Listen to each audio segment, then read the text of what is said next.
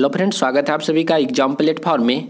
तो हम लोग आज सीटेट जुलाई 2023 तो बात करेंगे सीटेट जुलाई 2023 का। इसमें हम लोग तीसरा जो है सेट प्रैक्टिस करने जा रहे हैं, जिसमें कि हम लोग के 24 जनवरी 2023 का हम लोग प्रीवियस ईयर का जो क्वेश्चन इधर हाल ही में जो 24 जनवरी 2023 का जो क्वेश्चन पूछा गया है, जो कि सेकेंड शिफ्ट का क्वेश्चन आज हम लोग देखेंगे। तो सबसे पहले आप लोग एग्जाम प्लेटफॉर्म पे नए हैं तो आप लोग एग्जाम प्लेटफॉर्म को जल्दी से सब्सक्राइब कर लीजिए।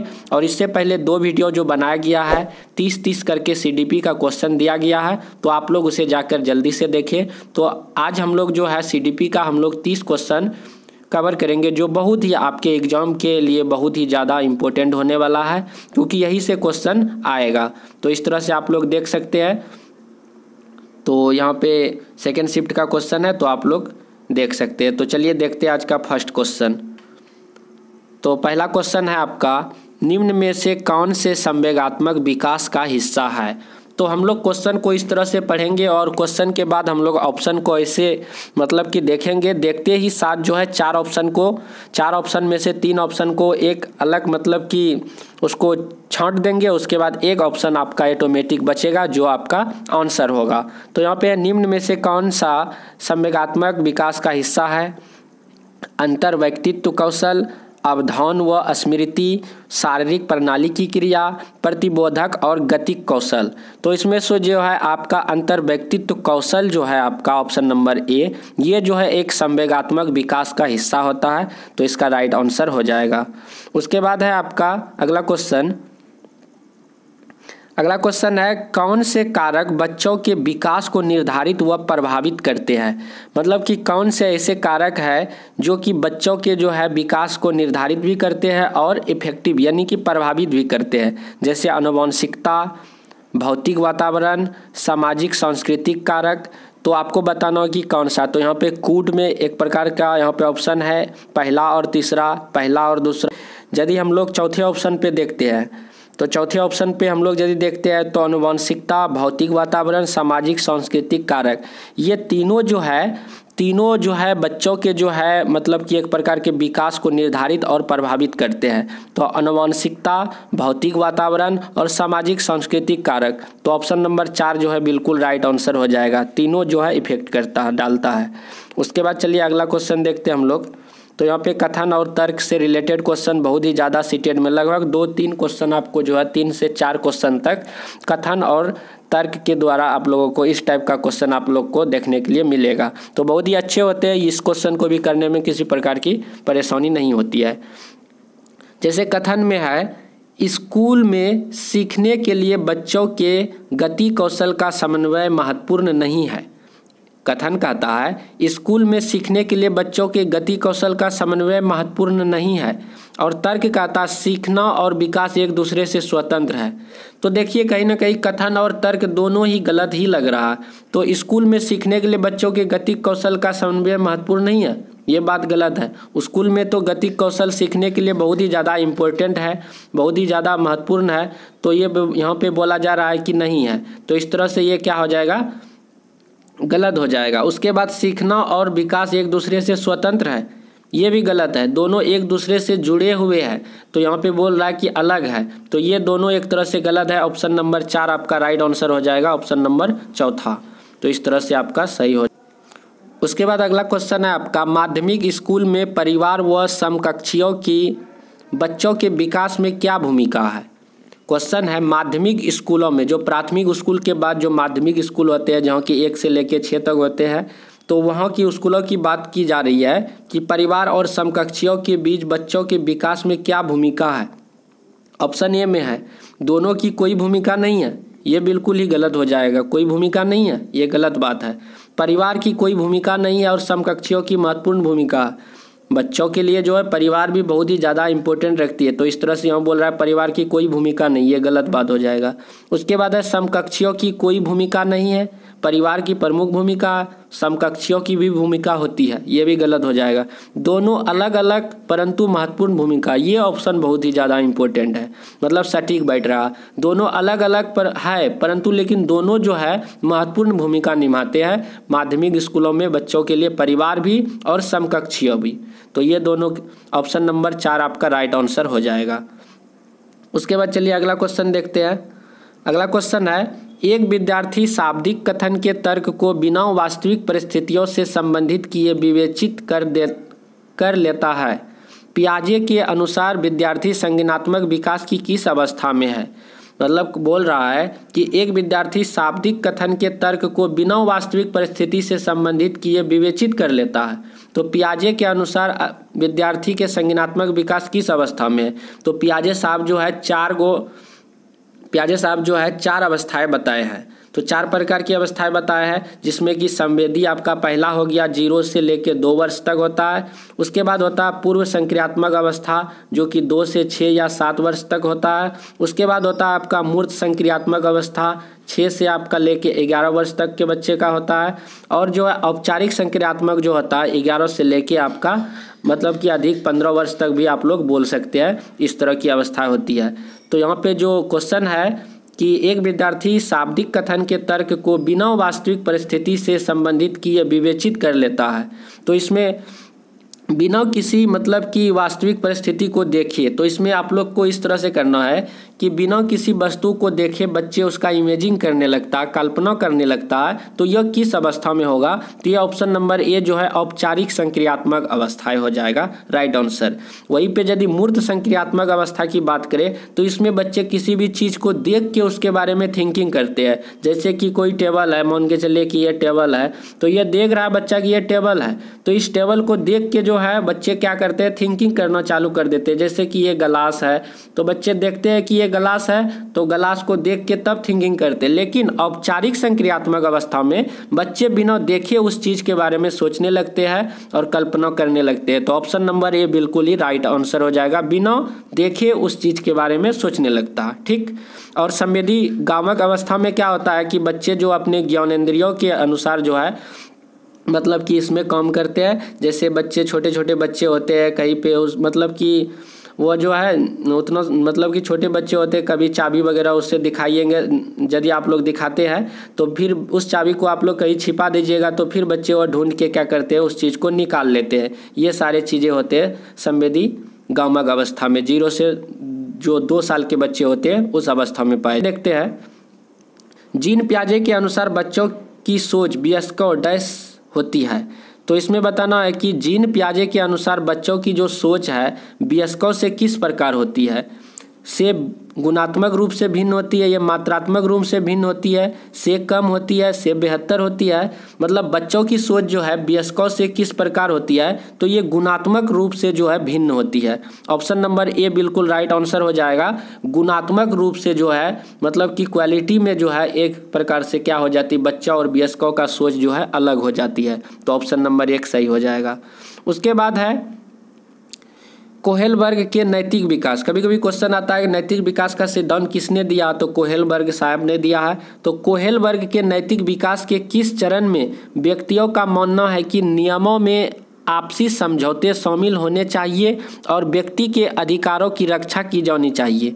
तो इसमें बताना है कि कौन सा होगा। जैसे यांत्रिक सापेक्षता अभिविन्यास, सजा और आज्ञाकारिता अभिविन्यास, सामाजिक अनुबंध अभिविन्यास, उसके बाद अच्छा लड़का अच्छी लड़की का अभिविन्यास। तो कौन सा ऑप्शन सही होगा, तो इसमें सामाजिक अनुबंध का अभिविन्यास जो है बिल्कुल ही राइट आंसर हो जाएगा, ऑप्शन नंबर 3। उसके बाद चलिए अगला क्वेश्चन देखते हैं हम लोग। अगला क्वेश्चन है यहाँ पे, लेव वाइगोत्स्की ने डैश सिद्धांत में प्रस्तावित किया कि सीखना ज्ञान के सह निर्माण की प्रक्रिया है। लेव वाइगोत्स्की साहब जो है डैश सिद्धांत में प्रस्तावित किया, किस सिद्धांत में प्रस्तावित किया है कि सीखना ज्ञान के सह निर्माण की प्रक्रिया है। तो यहाँ पे व्यवहारवादी है, सामाजिक संस्कृति है, सूचना के प्रसंस्करण है, मनोगतिक है। तो ऑप्शन नंबर 2 पे हम लोग जाएंगे, सामाजिक संस्कृति। तो यहाँ पे लेव वाइगोत्स्की ने सामाजिक सांस्कृतिक सिद्धांत में प्रस्तावित किया है कि सीखना ज्ञान के सह निर्माण की प्रक्रिया है। जो सीखना है वह जो है ज्ञान को जो है एक प्रकार का जो सह निर्माण की प्रक्रिया है। तो सामाजिक संस्कृति राइट आंसर हो जाएगा, ऑप्शन नंबर 2। चलिए उसके बाद अगला क्वेश्चन क्या है, निम्न में से क्या लेव वाइगोत्स्की के सिद्धांतों का उपयुक्त कक्षा निहितार्थ है। तो बताना है, चारों ऑप्शन को पढ़ के आप लोगों को बताना कौन सा सही है। तो इसमें जो है ऑप्शन नंबर 4 को हम लोग देखेंगे, बच्चों के सीखने में मार्गदर्शक व सहायता करनी चाहिए। तो ये बिल्कुल राइट आंसर। और सब ऑप्शन जैसे आप लोग पढ़ेंगे, बच्चों की अपेक्षा रखनी चाहिए कि वे पूर्ण रूप से खुद चीज़ों को खोज पाए, ये गलत हो जाएगा। बच्चों में वांछनीय व्यवहार को बढ़ावा देने के लिए इनाम देना चाहिए, इनाम वाली बात तो बिल्कुल ही गलत आ जाती है सीटेट में। बच्चों के अवांछनीय व्यवहार को कम करने के लिए सजा देनी चाहिए, सजा बिल्कुल ही नेगेटिव वर्ड है, ये भी गलत हो जाएगा। उसको एक अच्छे मार्गदर्शन व सहायता करनी चाहिए, ये राइट आंसर हो जाएगा। चलिए उसके बाद अगला क्वेश्चन देखते हैं। उसके बाद 10 नंबर क्वेश्चन हम लोग देखेंगे। रोमा जसप्रीत को एक क्रॉस वर्ण पहेली सुलझाने में संकेत व इशारे देकर मदद करती है। रोमा जो है जसप्रीत को एक क्रॉस वर्ण पहेली सुलझाने में संकेत व इशारे देकर के क्या कर रही है, मदद कर रही है। जब तक जसप्रीत उसे करने में बेहतर न हो जाए, रोमा का धीरे धीरे कर अपनी मदद कम करना निम्न में से किसका उदाहरण है। तो रोमा जो है जसप्रीत को एक पहेली सुलझाने के लिए उसे बार बार इशारा दे रही है और मदद कर रही है, और तब तक वह मदद कर रही है जब तक जसप्रीत उस काम को करने में बेहतर नहीं हो जाता है, तब तक वह धीरे धीरे उस चीज़ का मतलब कि उसको मदद कर रहा है। तो वह किसका उदाहरण है, तो ये ऑप्शन को देख से साथ ही पार्ट आपका जो है पार्ट, ये बिल्कुल राइट आंसर हो जाएगा। ऑप्शन नंबर ए इसका राइट आंसर हो जाएगा। एस्केप होल्डिंग, तो एक तरह से किसी को सहारा देना, ये हो जाता है एस्केप होल्डिंग, ऑप्शन नंबर 1 हो जाएगा। उसके बाद अगला क्वेश्चन है आपका, कथन ए में है, एक प्रगतिशील कक्षा में शिक्षिका को होना चाहिए और बच्चे को नियंत्रण में रखना चाहिए। कथन में बोल रहा है कि एक प्रगतिशील कक्षा में शिक्षिका को होना चाहिए और बच्चों को नियंत्रण में रखना चाहिए। देखिए कथन में क्या बोल रहा है, बच्चे को नियंत्रण में रखना चाहिए, जबकि बच्चे को नियंत्रण में नहीं रखना चाहिए, ऐसा यहाँ पे अभी का शिक्षा व्यवस्था में बताया जा रहा है। उसके बाद तर्क में भी क्या बताया जा रहा है, बच्चे तभी सीखते हैं जब शिक्षक उन पर पूर्ण रूप से नियंत्रण रखते हैं। क्या बच्चे तभी सीखेंगे जब उस पर नियंत्रण रखेगा, जब नियंत्रण रखना छोड़ देगा बच्चे नहीं सीखेगा, ये भी गलत है। कहीं ना कहीं कथन भी गलत है, उसके बाद आपका तर्क भी गलत है, तो ऑप्शन नंबर 4 बिल्कुल राइट आंसर हो जाएगा। ए और आर दोनों गलत है। उसके बाद अगला क्वेश्चन हम लोग देखेंगे, डैश वाले व्यक्ति अपने पूर्व ज्ञान के आधार पर संबंध बनाने में सक्षम होते हैं और विचारों के बीच वर्गीकरण, पैटर्निंग और संबंधों की गहराई को देख पाते हैं। तो डैश वाले व्यक्ति अपने पूर्व ज्ञान के आधार पर संबंध बनाने में सक्षम होते हैं और विचारों के बीच वर्गीकरण, पैटर्निंग और संबंधों की गहराई को देख पाते हैं। तो इसका right answer option number A हो जाएगा, तर्क गणितीय बुद्धि। तो तर्क गणितीय वाले बुद्धि जो अपने पूर्व ज्ञान के आधार पर संबंधों को बनाने में क्या होते हैं, सक्षम होते हैं। उसके बाद अगला क्वेश्चन है आपका, इसमें देखेंगे, शिक्षा कक्षा में लड़कों के लिए एक शिक्षक टिप्पणी की है। शिक्षक की टिप्पणी है, बहादुर बनो और लड़कियों की तरह कमजोर व्यवहार मत करो। तो एक शिक्षक मतलब कि क्लास में बोल रहे हैं कि बहादुर बनो, लड़कों को बोल रहा है कि बहादुर बनो और लड़कियों की तरह कमजोर व्यवहार मत करो।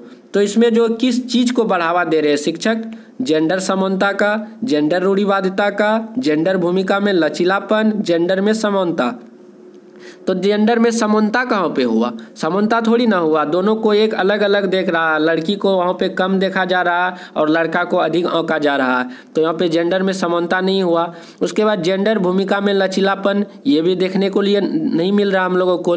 जेंडर में समता, ये भी देखने के लिए नहीं मिल रहा। जेंडर में रूढ़िवादिता देखने के लिए मिल रहा है, लड़का को अधिक बताया जा रहा है और लड़की को वहाँ पे कम आंका जा रहा है। तो इस तरह से ऑप्शन नंबर 2 को जब हम लोग देख रहे हैं, जेंडर रूढ़िवादिता, वहाँ पे लड़का लड़की में फर्क देखी जा रही है, तो जेंडर के बीच वहाँ पे फर्क देखी जा रही है, तो जेंडर रूढ़िवादिता राइट आंसर हो जाएगा। उसके बाद चलिए अगला क्वेश्चन देखते हैं हम लोग। अगला क्वेश्चन, निम्न में से कौन सतत एवं समग्र मूल्यांकन के प्रमुख अभिलक्षण है। तो यहाँ पे 4 ऑप्शन है। इसका प्राथमिक उद्देश्य विद्यार्थियों का पृथक्करण व नवीकरण करना। यह नवीकरण वर्ड देखने के लिए मिल रहा है, ये तो निगेटिव वर्ड है। यह शिक्षकों को अपने शिक्षा शास्त्र पर मदद करने की अवसर देती, ये सही जा रहा है। यह मूल्यांकन को सीखने का हिस्सा मानता है। उसके बाद आगे देखते हैं, यह डर और चिंता पैदा करने के सीखने को बढ़ावा देता। देखिए चिंता और डर को पैदा थोड़ी नहीं करता, ये तो गलत हो जाएगा। ऑप्शन नंबर 2 और 3 बिल्कुल सही जा रहा, तो ऑप्शन नंबर 3 जो है बिल्कुल राइट आंसर हो जाएगा। 2 और 3, तो 2 और 3 यह शिक्षकों के अपने शिक्षा शास्त्र पर मदद करने का अवसर देता है, और हो जाएगा यह मूल्यांकन को सीखने का हिस्सा मानता है। तो 2 और 3 किसमें है? तीसरा नंबर ऑप्शन बिल्कुल राइट आंसर हो जाएगा। उसके बाद आगे बढ़ते हैं हम लोग। अगला क्वेश्चन है, निम्नलिखित में से कौन सा प्रश्न समालोचनात्मक चिंतन को बढ़ावा देता है बजाय की सूचनाओं को मात्र प्रत्यास्मरण को? तो मतलब कौन सा बातें जो है इसमें समालोचनात्मक चिंतन को बढ़ावा दे रहा है? जैसे आखिरी जनगणना किस वर्ष हुई थी, महात्मा गांधी का जन्म कहाँ हुआ था, भारत के प्रथम राष्ट्रपति कौन थे, समाज में लोकतांत्रिक आदर्शों को बढ़ावा कैसे दिया जा सकता है, जैसे और सारे जो क्वेश्चन है उतना मतलब कि कोई ज़्यादा उसमें दिमाग दौड़ाने की बात नहीं है, याद करना है बस हो गया। लेकिन जब हम लोग चौथा क्वेश्चन पढ़ रहे हैं, समाज में लोकतांत्रिक आदर्शों को बढ़ावा कैसे दिया जा सके, इसमें बच्चे को कुछ सोचने के लिए समय मिल रहा, आखिर किस पर मतलब कि काम किया जाए कि वहाँ पे लोकतांत्रिक आदर्श का वहाँ पे स्थापित हो सके। तो यह जो है एक समालोचनात्मक एक चिंतन बच्चों में एक थिंकिंग पैदा कर रही है, इस तरह का क्वेश्चन। तो ऑप्शन नंबर 4 बिल्कुल ही राइट आंसर हो जाएगा। उसके बाद आगे बढ़ते हैं हम लोग। वंचित समूह के विद्यार्थियों के समावेशन को सफल बनाने के लिए शिक्षक को क्या करना चाहिए? जो वंचित समूह है, वंचित मतलब किसी भी प्रकार से मतलब कि जो समाज में व्यक्ति होते हैं, जैसे कि कोई छोटे व्यक्ति होते हैं, मतलब कि जाति से छोटे होते हैं या और कुछ से छोटे होते हैं, तो वह बहुत सारे चीज़ों से वंचित रह जाते हैं, उसे मिल नहीं पाता। जैसे शिक्षा सभी को मिल रहा समान रूप से तो उसे नहीं मिल पाता। तो उन विद्यार्थियों के लिए समावेशन के लिए सभी को समान प्रकार का शिक्षा मिल सके, तो उनके लिए शिक्षकों को क्या करना चाहिए? जैसे ऑप्शन पढ़ते हैं हम लोग। अलग अलग प्रकार की गतिविधियों के माध्यम से उनकी सांस्कृतिक एवं विभिन्न पहलुओं को शामिल करना चाहिए, ये ठीक ठाक जा रहा है अभी तक। उन्हें सांस्कृतिक गतिविधियों में भाग लेने के लिए हतोत्साहित यदि प्रोत्साहन की बात आती तो बात कुछ और बनती, लेकिन यहाँ पे हतोत्साहित करना है तो ये निगेटिव है, ये गलत हो जाएगा। उन्हें सांस्कृतिक गतिविधियों में भाग लेने के लिए प्रोत्साहित करना चाहिए, परंतु पढ़ाई पर नहीं, ये गलत है। पढ़ाई पर भी करनी चाहिए, इसलिए ये गलत है।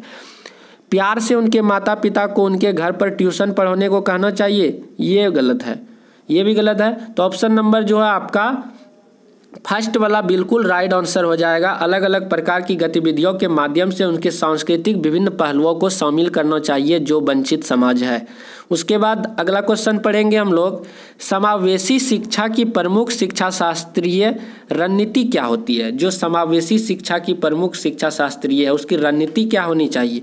सहयोग की भावना, पृथकीकरण की भावना, नकारात्मक भेदभाव, नामीकरण। तो देखिए यहाँ पे सीटेट में जो निगेटिव वर्ड होते हैं, जैसे नामीकरण जहाँ पे भी आप लोग को देखने के लिए मिले वह निगेटिव होता है, उसको तो पहले काट दीजिए आंख बंद करके, वह गलत हो गया। नकारात्मक भेदभाव करना ये भी गलत है। पृथकीकरण करना, अलग अलग छांटना, ये भी गलत है। सहयोग की भावना, तो समावेशी शिक्षा में एक तरह की सहयोग की भावना आना चाहिए, एक दूसरे का हेल्प करना चाहिए, ये सही है। तो ऑप्शन नंबर ए बिल्कुल ही राइट आंसर हो जाएगा, सहयोग। उसके बाद अगला क्वेश्चन हम लोग देखते हैं। तो इसमें है, एक शिक्षक को वंचित समूह के विद्यार्थियों के समावेशन के लिए क्या करना चाहिए? एक शिक्षक के नाते आप यदि वहाँ पे वंचित समाज है, वंचित समूह है, तो उस तरह के जो विद्यार्थी है, वंचित समूह के विद्यार्थी को आप समावेशन के देने के लिए, समावेशन शिक्षा देने के लिए आप क्या करेंगे? तो ऑप्शन पढ़ते हैं हम लोग। एक ऐसी कक्षा नीति का निर्माण करना चाहिए जहां व्यक्तित्व विभिन्नता को स्वीकारा जाए और प्रत्येक बच्चों को महत्व दिया जाए, ये ठीक जा रहा। चलते पढ़ते हम लोग अगले क्वेश्चन। बच्चे को शैक्षणिक क्षमताओं की पहचान करके समान क्षमताओं वाले बच्चे को समूह बना दिया जाना चाहिए, ये गलत है। बच्चों की उनकी जाति के आधार पर अलग अलग बांट देना चाहिए, ये भी गलत है। उन्हें पाठ्य पुस्तक नहीं, यदि बाल केंद्रित रहता तो वह तो कुछ बात और बनती, और उनके जो है यहाँ पे है इस तरह से, ये गलत हो जाएगा। ऑप्शन नंबर 1 जो है आपका बहुत ही हद तक सही है और परफेक्ट ही है। एक ऐसी कक्षा नीति का निर्माण करना चाहिए जहाँ व्यक्तित्व विभिन्नता को स्वीकारा जाए और प्रत्येक बच्चे को महत्व दिया जाए। तो ऑप्शन नंबर ए बिल्कुल राइट आंसर हो जाएगा। उसके बाद आगे बढ़ते हैं हम लोग। इसमें है, एक बच्ची एक बुद्धि परीक्षण के स्कोर यह दर्शाते हैं कि औसत से ऊपर है, यह कक्षा में नियमित तथा क्रियाशील है, इसके गणित के ग्रेड तथा लिखने का कौशल अच्छा है, परंतु जब उसे सुस्वर पाठन करने के लिए कहा जाए तो उसका निष्पादन बुरा होता है। बच्ची में किसके लक्षण होने की संभावना है? तो एक बच्ची जो है गणित में बहुत ही अच्छा है, उसका मार्क्स भी जो है औसत से ऊपर है। जब उन्हीं बच्चे को एक मतलब स्वर पाठ कोई भी पाठ को पढ़ने के लिए जब बोला जाता है तो उसमें फंस जाता है, अच्छी से वह पढ़ नहीं पाती है बच्ची। तो वह किस बीमारी से ग्रसित है? तो डिस्ग्राफिया, उसके बाद मतलब है डिसकैल्कुलिया, उसके बाद है डिसलेक्सिया, उसके बाद है स्वलिनता। तो इसमें जो है जो किसी भी पाठ को अच्छे से नहीं पढ़ पाता, इसमें जो है डिसलेक्सिया से ग्रसित होते हैं बच्चे। तो ऑप्शन नंबर 3 इसका राइट आंसर हो जाएगा। उसके बाद है रचनात्मक क्या है? रचनात्मक क्या है, क्रिएटिव क्या है? बिना ऊब के किसी कार्य को बार बार करने की क्षमता, लंबे गद्यांशों को रटने की रटन तो बिल्कुल ही गलत है, रटना नहीं है। अपसारी ढंग से सोचने की क्षमता, उसके बाद है दूसरों की नकल ज्यों की त्यों करना, जो क्रिएटिव गुण के बच्चे होते हुए दूसरों का नकल नहीं करते हैं। तो इस तरह से ऑप्शन देखेंगे हम लोग, क्या मतलब कि कूट में तो नहीं है। तो यहाँ पे जो है हम लोग जब तीसरे देखेंगे अपसारी, तो अपसारी चिंतन मतलब कि जो होता है सोचने की जो क्षमता होती है, थिंकिंग होती है, मतलब कि रचनात्मक गुण के जो भी बच्चे होते हैं एक बड़ा सोचते हैं, हमेशा बड़ा सोचते हैं। तो अपसारी ये बिल्कुल राइट आंसर हो जाएगा, ऑप्शन नंबर 3। उसके बाद आगे बढ़ते हैं हम लोग। अगला क्वेश्चन है सामाजिक रचनात्मक परिप्रेक्ष्य में सीखने को किस प्रकार देखा जाता है? सामाजिक रचनात्मक परिप्रेक्ष्य में सीखने को किस प्रकार देखा जाता है? तो ऑप्शन 1 है सक्रिय और सामाजिक प्रक्रिया के रूप में, ज्ञान के निष्क्रिय अर्जन। निष्क्रिय, सक्रिय रहती तो बात अलग बनती, यहाँ पे निष्क्रिय है जो कि निगेटिव होता है, तो गलत हो गया पहले ही। व्यवहार में अपेक्षाकृत अस्थायी और परिवर्तन, ये भी गलत हो जाएगा, अस्थायी है। उसके बाद है उत्तेजना और प्रतिक्रिया के बीच अनुबंध, तो यहाँ पे जब हम लोग, ये भी गलत हो जाएगा। ऑप्शन नंबर 1 सक्रिय और सामाजिक प्रक्रिया के रूप में, ये राइट आंसर हो जाएगा, ऑप्शन नंबर ए। उसके बाद अगला क्वेश्चन पढ़ेंगे अंतरिम अभिप्रेरण का उदाहरण क्या है? अंतरिम अभिप्रेरण का उदाहरण क्या है? प्रथम पुरस्कार पाने के लिए पढ़ना चाहिए, सिर्फ ये नहीं कि प्रथम पुरस्कार हमें मिले, हम फर्स्ट हो जाए, इसके लिए बच्चे पढ़ते, ये भी गलत है, ये नहीं होगा। अपनी उत्सुकता की संतुष्टि के लिए पढ़ते, बच्चे में जो है एक उत्सुकता होती है, क्यूरियोसिटी होती है, जिज्ञासा होती है उस चीज़ को सीखने के लिए, उसके लिए बच्चे क्या करते हैं? पढ़ते हैं। तो दूसरा बहुत हद तक सही जा रहा है अभी। सराहना पाने के लिए, बच्चा क्या इसलिए पढ़ते हैं कि हमें कोई सराहना, पीठ थपथपाए, इसके लिए पढ़ता, ये गलत है। साइकिल पाने के लिए, प्रथम होने के लिए, कि हम फर्स्ट आ जाए, हमको साइकिल मिल जाए, इसके लिए पढ़ता, ये गलत हो जाएगा। तो बच्चे जो इसलिए पढ़ते हैं उसे उत्सुकता की संतुष्टि के लिए पढ़ते हैं। ऑप्शन नंबर 2 बिल्कुल ही राइट आंसर हो जाएगा, तो 2 नंबर बिल्कुल सही है। उसके बाद चलिए यहाँ पे कथन और तर्क से रिलेटेड क्वेश्चन है, इसको देखेंगे हम लोग। प्रभावी शिक्षण में छात्रों के साथ सकारात्मक संबंध बनाना और उसकी भावनात्मक जरूरतों को महत्व देना शामिल है।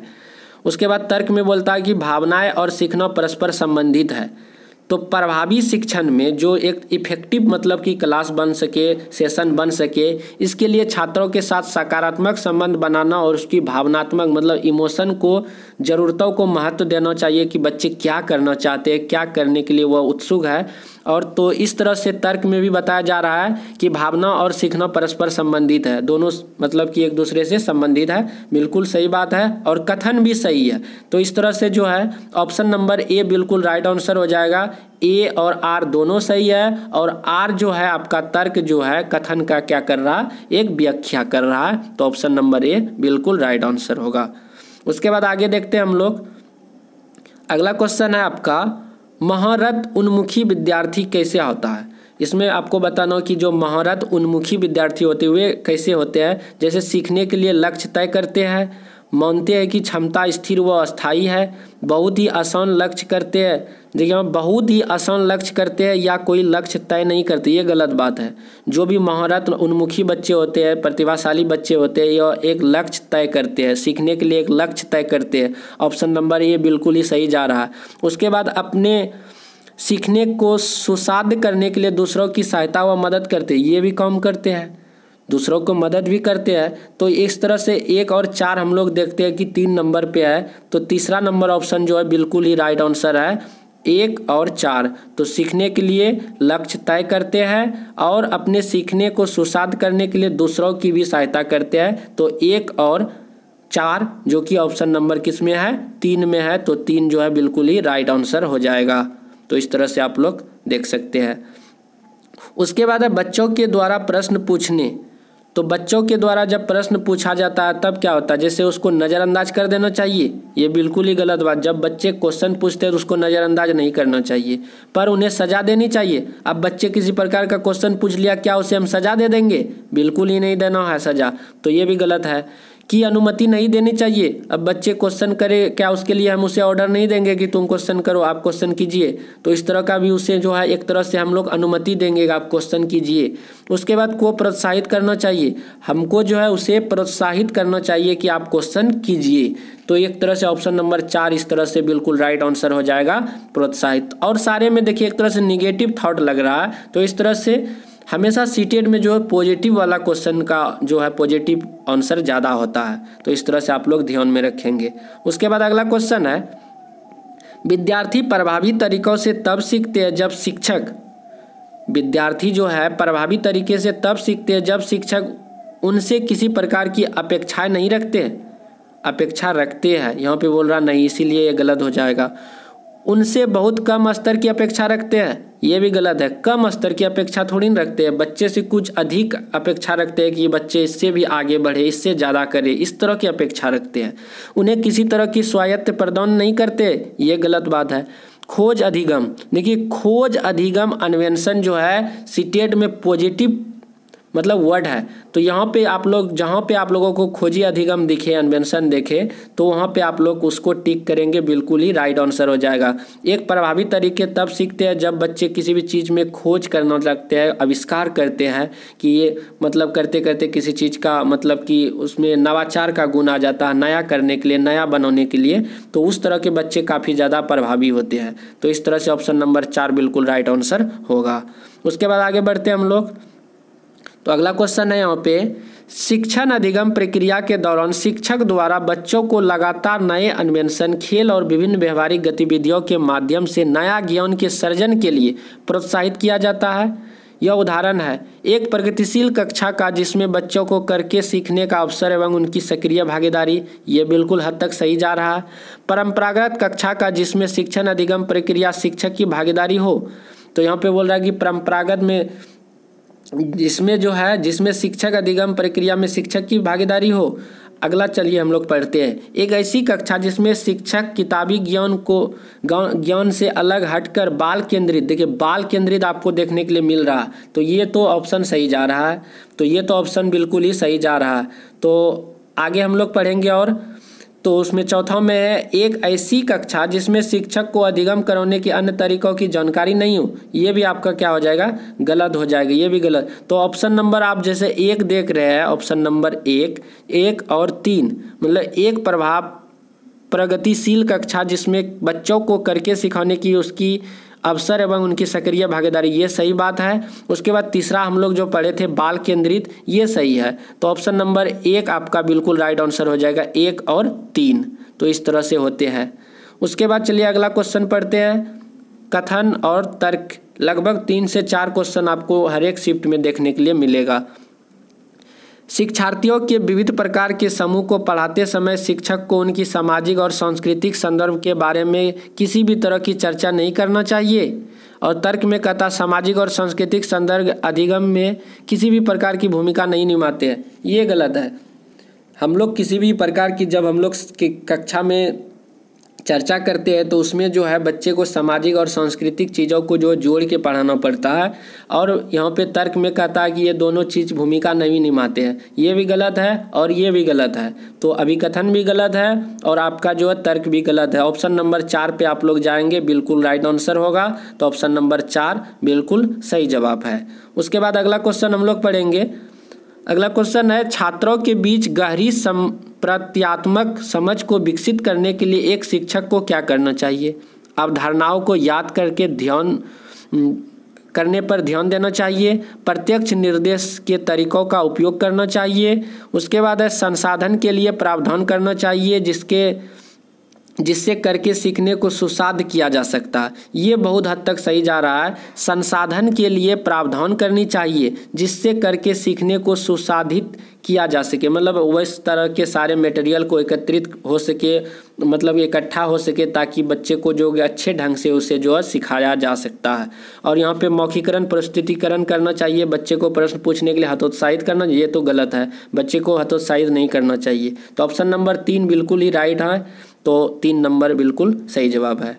उसके बाद अगला क्वेश्चन है आपका, विविध भौतिक शिक्षण सामग्री का उपयोग करने से बच्चों की सीखने की अवधारणाओं में किस क्रम में मदद मिलती है। विविध भौतिक शिक्षण सामग्री का उपयोग करने से बच्चे को सीखने की अवधारणाओं में किस क्रम में मदद मिलती है। तो भौतिक हुआ क्या, कोई भी वस्तु को लेके, मतलब कि जो है ये कलम है, ये पेंसिल है, ये टेबल है, ये कुर्सी है, वो सारे चीज़ों को लेके जब बच्चे सीखते हैं तो वह किस प्रकार से सीखते हैं, तो उसमें डायरेक्ट जो है बच्चे जो ठोस से एक अमूर्त चीज़ें की ओर बढ़ जाते हैं। Option number A right answer हो जाएगा। ठोस से एक अमूर्त चीज़ों की ओर बच्चे क्या होते हैं, सीखने लगते हैं, बढ़ने लगते हैं। तो इस तरह से राइट आंसर हो जाएगा ऑप्शन नंबर ए। तो इस तरह से हम लोग आज सीडीपी के 30 क्वेश्चन हम लोग कवर किए हैं। तो इसमें कभी कभी बोलने में भी थोड़ा सा मतलब कि मिस्टेक हो जा रहा है, थोड़ा सा लेंदी क्वेश्चन है और वर्ड सब भी थोड़ा नया मिल रहा, तो इसलिए जो है बोलने में कुछ परेशानी होता है। तो आप लोग इसे निगलेक्ट करके चलेंगे और चैनल को आप लोग सब्सक्राइब कीजिए और पिछला वाला वीडियो आप लोग नहीं देखे उसको भी आप लोग देखिए। तो मिलते हैं हम लोग अगले वीडियो पे, और आप लोग कैसा लग रहा है सेशन आप लोग कमेंट करें। तो मिलते हैं हम लोग अगले वीडियो पे। जय हिंद, जय भारत।